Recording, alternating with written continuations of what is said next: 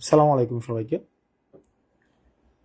আজকে হচ্ছে আমাদের ছাত্র নাগরিকের অংশগ্রহণে যে অভ্যুত্থানটি হয়েছিল, সেই অভ্যুত্থানের আজকে 1 মাস।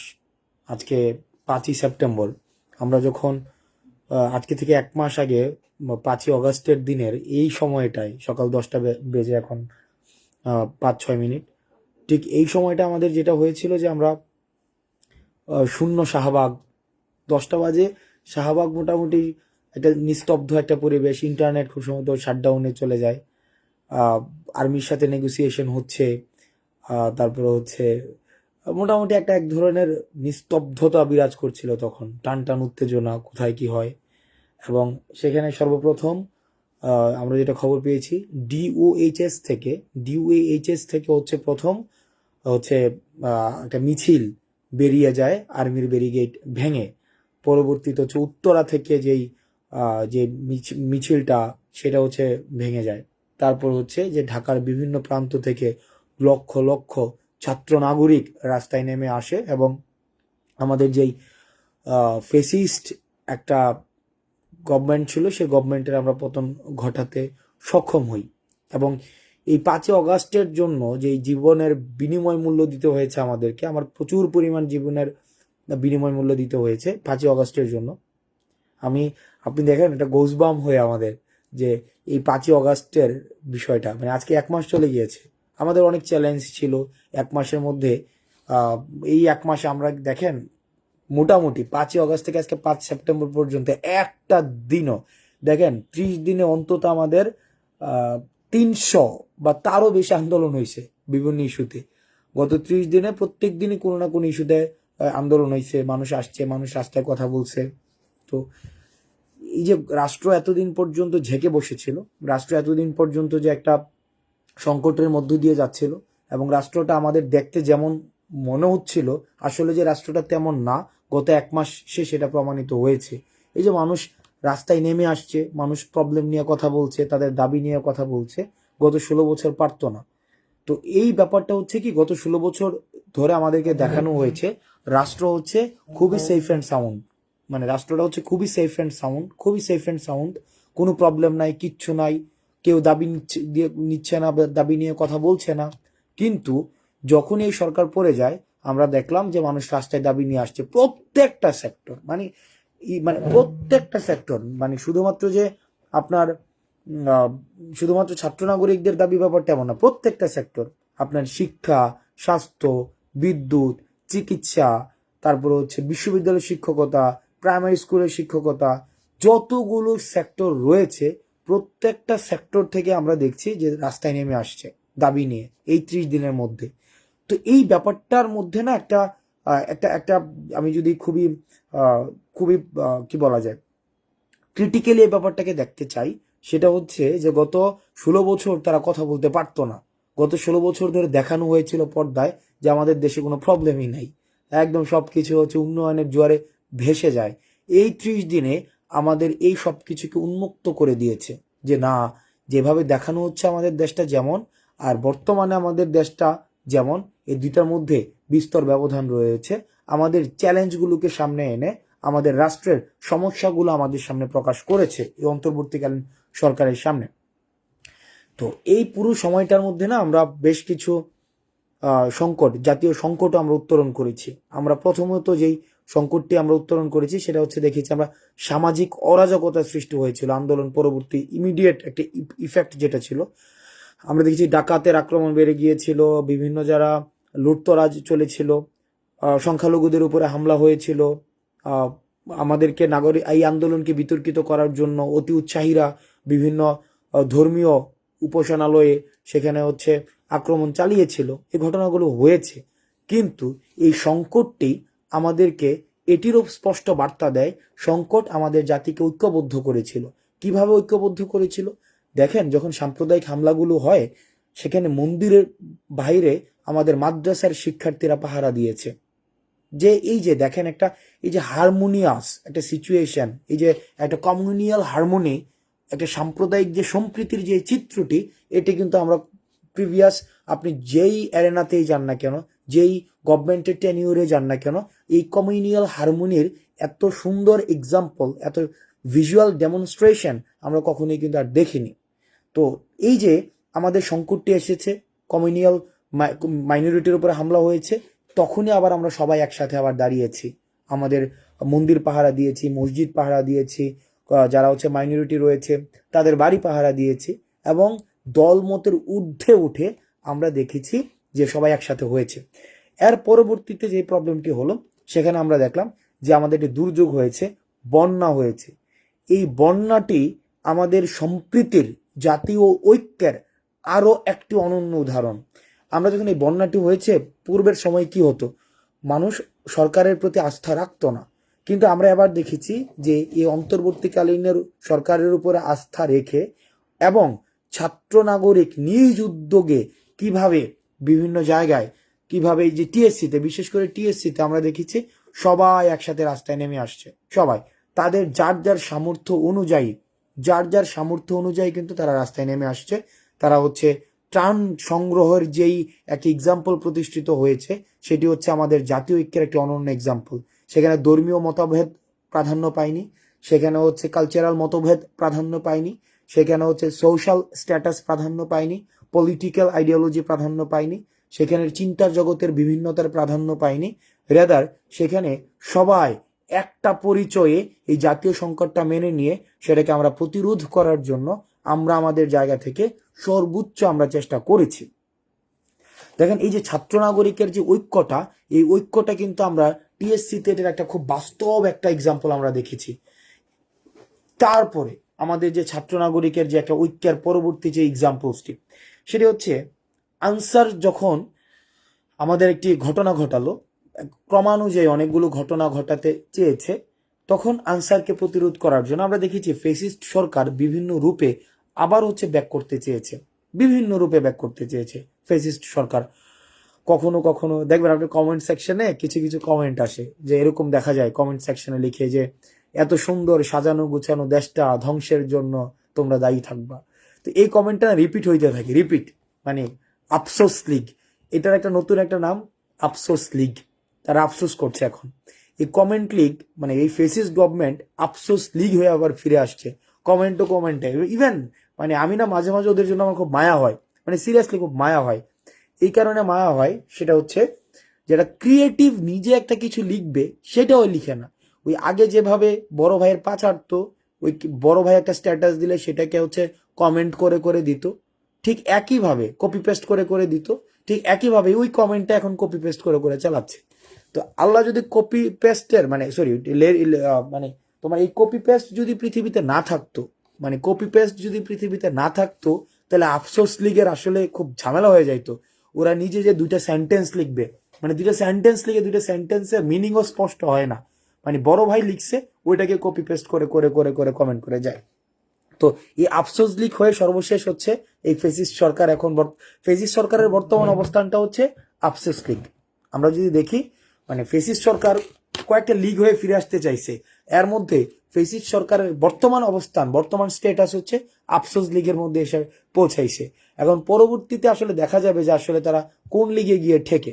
হোয়াট এভার, যত লীগ হয়েই ফেসিস্ট সরকার রাস্তায় ফিরে আসতে চেয়েছে, যত ভাবে ফিরে আসতে চেয়েছে, আমরা ঠিক ততভাবেই ছাত্র নাগরিক ঐক্যের মধ্য দিয়ে আমরা সেই ফেসিস্ট সরকারের যত ধরনের হচ্ছে লিগেসি রয়েছে সেটিকে আমরা প্রতিরোধ করতে পেরেছি। অর্থাৎ সর্বক্ষেত্রে আমরা হচ্ছে ছাত্র নাগরিকের ঐক্যটি আমরা স্পষ্ট করতে পেরেছি, যেটি হচ্ছে আমাদের জাতীয় অর্জন। আমি মনে করি এখনো পর্যন্ত আমাদের জাতীয় অর্জন হচ্ছে আপনার এই যে ছাত্র নাগরিকের ঐক্যটি ধরে রাখা। আচ্ছা, একজন একটা কমেন্ট করছে, ইয়েস আফসোস লীগ এবং এদের সর্বশেষ অবস্থান এরা আফসোস করতে থাকবে। কারণ আপনি দেখেন, এবং আপনাদেরকে একটা মানে মজার বিষয়, ওদের সাথে আর্গুমেন্টে যাওয়ার প্রয়োজন নাই, যেই কমেন্টে ওরা এই ধরনের কমেন্টগুলো যখনই করবে, সাথে সাথে সহমত ভাই, জি ভাই ঠিক বলছেন ভাই, শেষ, আর কোনো ধরনের কিছুই নাই। আচ্ছা, একজন লিখছে যে অ্যাডভোকেট ইমন সাইদ পালানোর পথ খুঁজে পাবে না। আচ্ছা, পালাইতেছে কি, মানে আমরা কি পালাইতেছি? রেদার আমরা পালাইতে বাধ্য করছি। মানে পালায় কখন ভাই, আপনার মাথার মধ্যে কিছু আছে কিনা দেখেন। পালানোর পথ খুঁজে পাবো না, তো আমরা পালাইতে যাবো কেন? আমরা তো পালাইতে বাধ্য করছি এবং পালাই চলে গেছে, এটা তো আপনারা দেখছেন সামনে, তাই না? আচ্ছা, আরেকটা যে তোর নির্যাতক, ফাইন, ওকে ফাইন, এগুলো আমরা মানে অ্যাকসেপ্ট করি, ফাইন। একটা জিনিস দেখেন, এখন বর্তমানে আজকের জায়গায় দাঁড়িয়ে আপনি দেখেন 5ই অগস্টের এই সময়টায় মোটামুটি হচ্ছে আমাদের কাছে খবর আসা শুরু হয়েছিল যে শেখ হাসিনার পতন ঘটবে। তো শেখ হাসিনার পতন ঘটানোর জন্য আমাদের কিন্তু ইউনাইটেড থাকতে হয়েছে, ইউনাইটেড।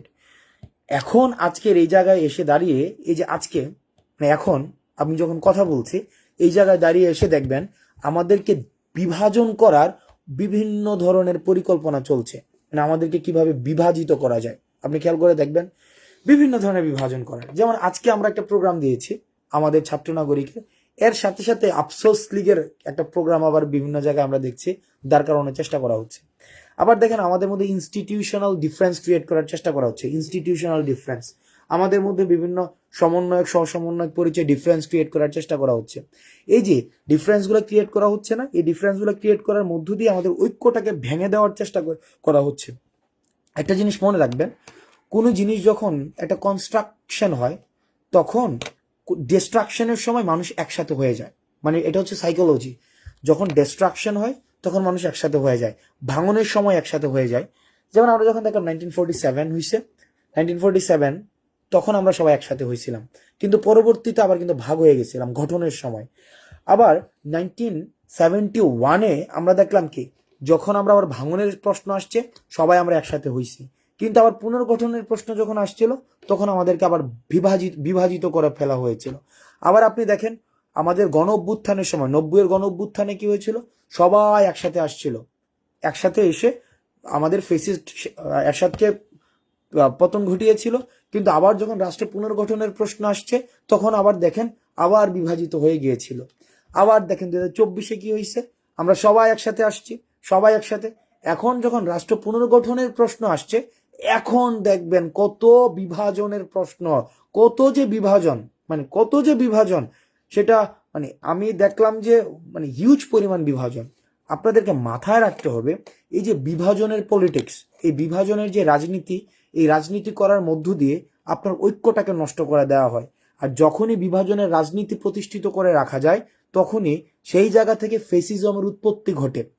যখনই বিভাজনের রাজনীতি আপনার প্রতিষ্ঠিত হয় তখনই হচ্ছে ফেসিস্ট সরকার হচ্ছে ডিভাইড অ্যান্ড রুল পলিসি সেখানে হচ্ছে আপনার ইমপ্লিমেন্ট করতে পারে। সেই ইমপ্লিমেন্টের জায়গা থেকে আমাদের যে কাজটি করতে হবে, যদি আমরা এই ট্র্যাপে পা দেই, যে বিভাজনের রাজনীতিতে পা দেই, যে যে আমরা সিনিয়র ওরা জুনিয়র, আমাদের হচ্ছে আইডিওলজি বেস্ট আইডিওলজি, আরেক ধরনের আইডিওলজি হচ্ছে ওয়ার্স্ট আইডিওলজি, এই ধরনের যদি আর্গুমেন্টে যাই তাহলে যে প্রবলেমটা হবে সেটা হচ্ছে আমাদের জাতীয় ঐক্যটি নষ্ট হবে। এবং জাতীয় ঐক্যটি যদি নষ্ট হয় তাহলে সেক্ষেত্রে এটা প্র্যাকটিক্যালি ইম্পসিবল আমরা যেই লক্ষ্যে, যেই উদ্দেশ্যে রাষ্ট্র পুনর্গঠনের জন্য, রাষ্ট্র সংস্কারের জন্য যে আন্দোলনটি আমরা করেছি, সেই আন্দোলনটি আসলে হচ্ছে যে স্পিরিটটি ছিল, স্পিরিটটি নষ্ট হবে। আমাদের মূল কাজ যেটি, সেটি হচ্ছে জাতীয় ঐক্যটি ধরে রাখা, এটি হচ্ছে আমাদের মূল কাজ এবং প্রধান কাজ। জাতীয় ঐক্যকে কখনোই বিনষ্ট করে আমাদের কোনোভাবেই আমাদের এগিয়ে যাওয়া সম্ভব নয়। আমাদের জাতীয় ঐক্য, আমি আপনাদেরকে বলবো, আমাদের বেশিরভাগ হচ্ছে তরুণ প্রজন্ম যারা হচ্ছে মেধার চর্চা করে, পড়াশোনার চর্চা করে, জেড প্রজন্ম, জেনারেশন জেড, আমরা দেখেছি যারা বার্ধক্যের শৃঙ্খলে আবদ্ধ, তারা কথা শুনতে চায় না, তারা একটা চিন্তাধারা নিয়ন্ত্রিত হয়, কিন্তু তারা হচ্ছে রিয়েক্টিভ মানুষ। অন দ্য আদার হ্যান্ড আমরা যারা নতুন প্রজন্মের মানুষ, আমরা কিন্তু রিয়েক্টিভ না, রেদার আমরা রিসিপটিভ। আমরা যেহেতু রিসিপটিভ, আরেকজনের চিন্তাকে আমরা শুনতে পারি, আমরা ডিসকাশনের টেবিলে আসতে পারি, আমরা কথা বলতে পারি, কথা বলার মধ্য দিয়ে আমাদের ঐক্যমত্যের জায়গাটাকে শক্তি ধরে আমরা জাতীয় স্বার্থে আমরা এগিয়ে যেতে পারি। সুতরাং আমাদের জাতীয় ঐক্যের প্রশ্নে, আমাদের জাতীয় স্বার্থের প্রশ্নে, আমাদের রাষ্ট্র পুনর্গঠনের প্রশ্নে, আমাদের রাষ্ট্র সংস্কারের প্রশ্নে, আমাদের যে রাষ্ট্রের যেই প্রতিষ্ঠানগুলো রয়েছে, শিক্ষা খাত, স্বাস্থ্য খাত, জুডিশিয়ারি, আমাদের অ্যাডমিনিস্ট্রেশন, আমাদের পুলিশ, এগুলো যতদিন না পর্যন্ত রিঅ্যাক্টিভেটেড প্রপারলি হচ্ছে, রাষ্ট্র একটা স্টেবল সিচুয়েশনে আসছে, আমরা রাষ্ট্রকে যে উদ্দেশ্যে আমরা এই গণ অভ্যুত্থানটি ছাত্র নাগরিক ঘটিয়েছিল, যতদিন না পর্যন্ত সেই লক্ষ্যটি অর্জন হচ্ছে ততদিন পর্যন্ত আমাদের জাতীয় ঐক্যের কোনো বিকল্প নেই। এবং এই পুনর্গঠিত রাষ্ট্রের ধারাবাহিকতা অব্যাহত রাখার জন্য আমাদের জাতীয় ঐক্যের কোনো ধরনের বিকল্প নেই। সেই জায়গা থেকে আপনাদের প্রতি অনুরোধ করব, যারা বিভাজনের রাজনীতি করতে আসবে, যারা বিভাজনের রাজনীতি আপনার মধ্যে পিনাট্রেট করবে, পিনাট্রেশনটা বিভিন্নভাবে হইতে পারে। এই পিনাট্রেশনটা বিভিন্নভাবে হইতে পারে। একটা কিভাবে হইতে পারে যে আপনার মধ্যে প্রাতিষ্ঠানিক বিভাজন করে দিতে পারে, পাবলিক প্রাইভেট ইউনিভার্সিটির আলাপ নিয়ে আসতে পারে, আপনার মাদ্রাসা পড়ুয়া কলেজ পড়ুয়ার আলাপ নিয়ে আসতে পারে। খুব সিম্পল, বিভাজনের রাজনীতি পিনাট্রেট করা খুবই সহজ। এক, পাবলিক প্রাইভেট এই যে কম্পারিজন নিয়ে আসা, তারপর হচ্ছে মাদ্রাসা কলেজ কম্পারিজন নিয়ে আসা, English medium Bangla medium comparison নিয়ে আসা, হিন্দু এবং বৌদ্ধের বাংলা কম্পারিজন নিয়ে আসা, মুসলমান এবং হিন্দুর কম্পারিজন নিয়ে আসা, মাইনরিটি মেজরিটির কম্পারিজন নিয়ে আসা। এই যে সবসময় বাইনারি অপোজিশন ক্রিয়েট করা হবে, বাইনারি অপোজিশন ক্রিয়েট করার মধ্য দিয়ে আপনাকে আমাকে বিভাজিত করা সম্ভব। কিন্তু আমরা জাতীয় স্বার্থে আমরা নিশ্চিত করতে চাই এই প্রজন্ম একটা সনাতনী প্রজন্মকে আমরা পিছনে ফেলে এসেছি। যেই সনাতনী প্রজন্ম আমাদের ভাষা বুঝতে পারেনি, আমাদের চিন্তা বুঝতে পারেনি, সেই প্রজন্মকে আমরা পিছনে ফেলে আসছি। এখন এই সনাতনী প্রজন্ম কিন্তু প্রতিনিয়ত তারা স্কিম প্লট করবে যে আমাদেরকে বিভাজিত করার মধ্য দিয়ে, তরুণ প্রজন্মকে বিভাজিত করার মধ্য দিয়ে বিপথে নিয়ে যাওয়ার। কিন্তু আমরা আমাদের জায়গা থেকে এই ম্যান্ডেটটি স্পষ্ট করতে চাই, এই তরুণ প্রজন্ম, ছাত্র নাগরিক প্রজন্ম কখনোই যে আমাদের সনাতন শৃঙ্খলবদ্ধ বার্ধক্যে যাদের চিন্তা আবদ্ধ, ওই প্রজন্মের চিন্তা দ্বারা আমরা নিয়ন্ত্রিত হব না। রেদার আমরা জাতীয় ঐক্যের প্রশ্নে, জাতীয় ঐক্যের স্বার্থে যেভাবে গত 5ই আগস্ট আমরা শেখ হাসিনাকে, আমরা বাংলাদেশ থেকে আমরা ফেসিজমকে সিম্বলিক, শেখ হাসিনার যে ফেসিজমের যে একটা এনকম্পাসিং একটি হচ্ছে আউটলেয়ার তৈরি করেছিল সারা বাংলাদেশে, সেটাকে যেভাবে আমরা উৎখাত করেছি, ঠিক একইভাবে তখন কিন্তু দেখেন আমরা যখন ফেসিজমের পতন করেছি তখন কিন্তু আমাদের এই প্রাইভেট পাবলিক মাদ্রাসা college, English medium Bangla medium school college, ধনী গরিব, আওয়ামী বিএনপি, এই ধরনের কোনো ধরনের আপনার আলাপ কিন্তু আসে নাই, অর্থাৎ বাইনারি পলিটিক্স কিন্তু আসে নাই। রেদার আমাদের যেটা এসেছিল সেটা হচ্ছে আমরা ঐক্যের প্রশ্নে আমরা স্থির ছিলাম এবং রাষ্ট্রের ফেসিস্ট মুক্ত করার জন্য স্থির ছিলাম। এই যে আন্দোলনের স্পিরিট, এই আন্দোলনের স্পিরিটটি আমাদের রাখতে হবে। আদারওয়াইজ আমাদেরকে বিপথে নিয়ে যাওয়া অনেক সহজ। বিভাজন যখন করা হবে তখন শাসক বা ক্ষমতা আপনাকে ঝেঁকে ধরা সহজ। সেজন্য আপনাদের কাছে অনুরোধ থাকবে যে আমরা কখনোই যেন বিভাজনের কোনো ধরনের যে রাজনীতি, সেই বিভাজনের রাজনীতিতে যেন আমরা কখনোই সুযোগ না দিই।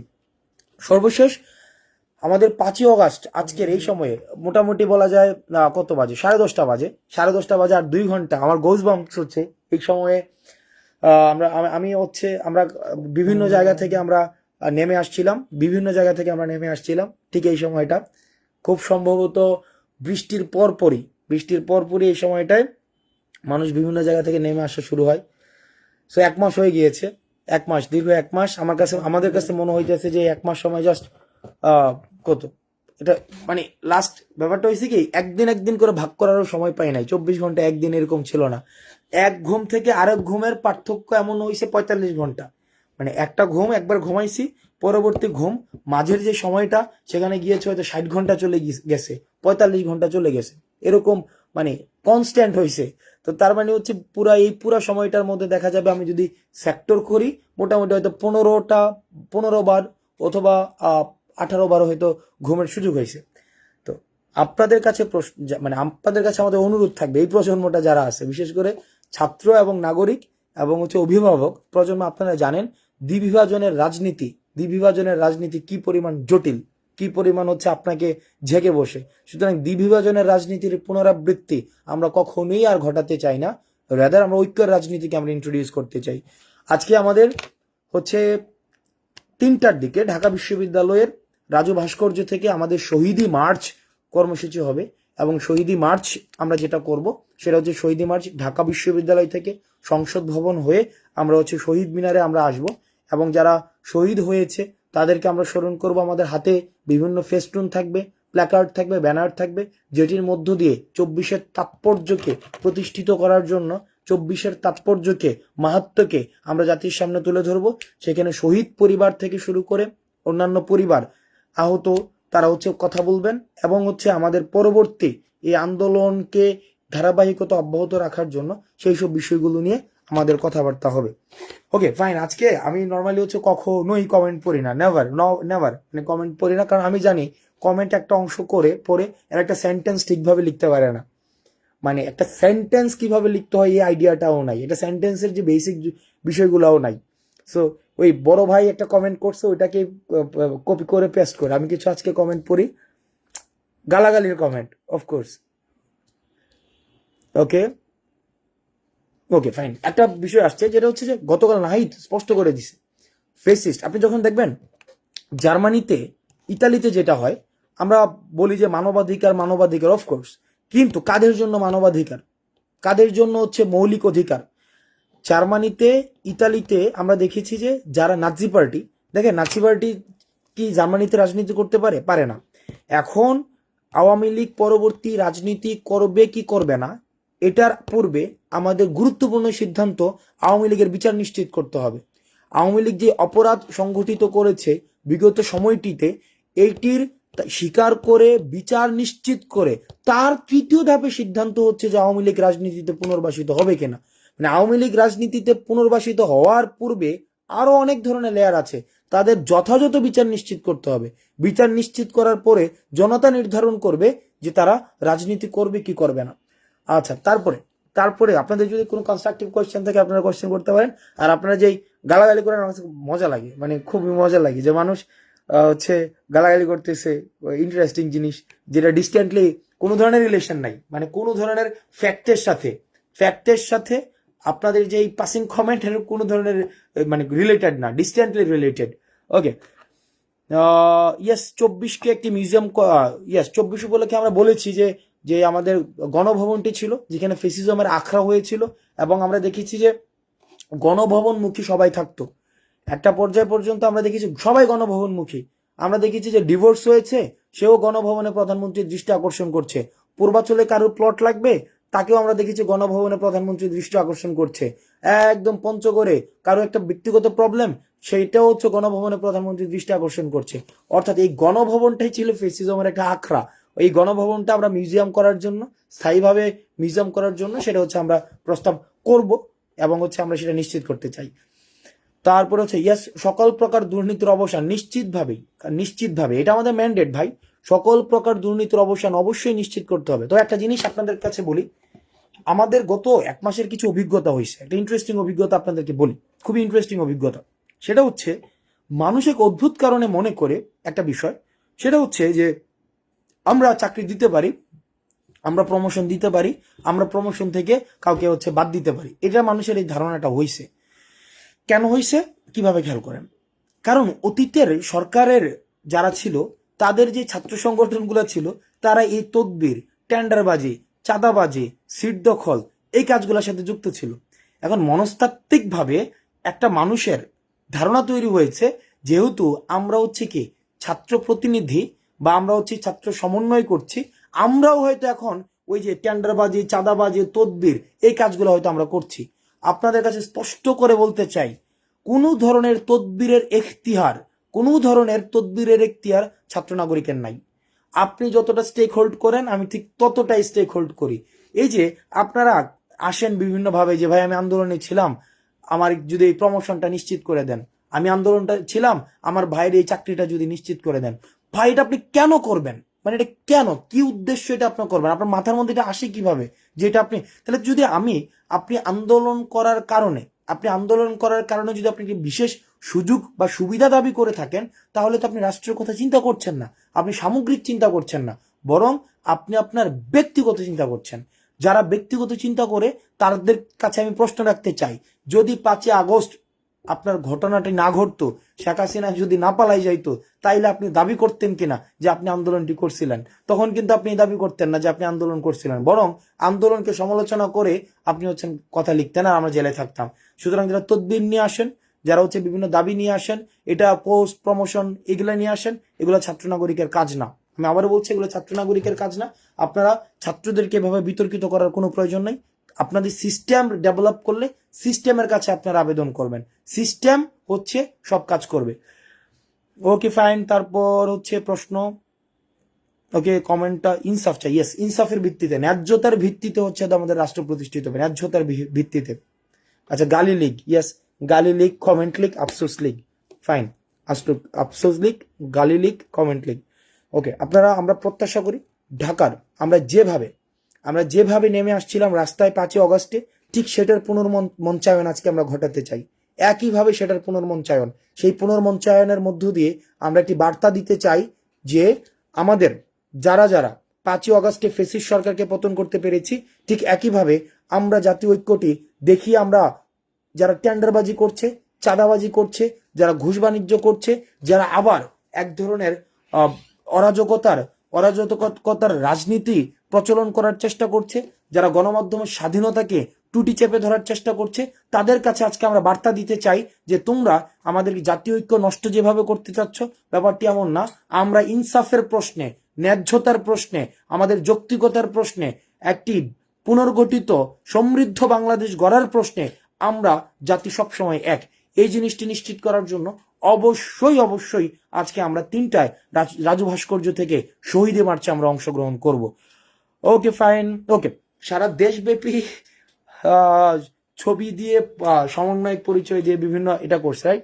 আমরা কিন্তু দেখেন বারবার করে বলছি, আমরা জেলা পর্যায় থেকে শুরু করে বিভিন্ন পর্যায়ে আমরা কোনো ধরনের কোনো কমিটি দেই নাই, কোনো ধরনের কোনো কমিটি নাই, নাথিং, কোনো ধরনের কোনো কমিটি নাই।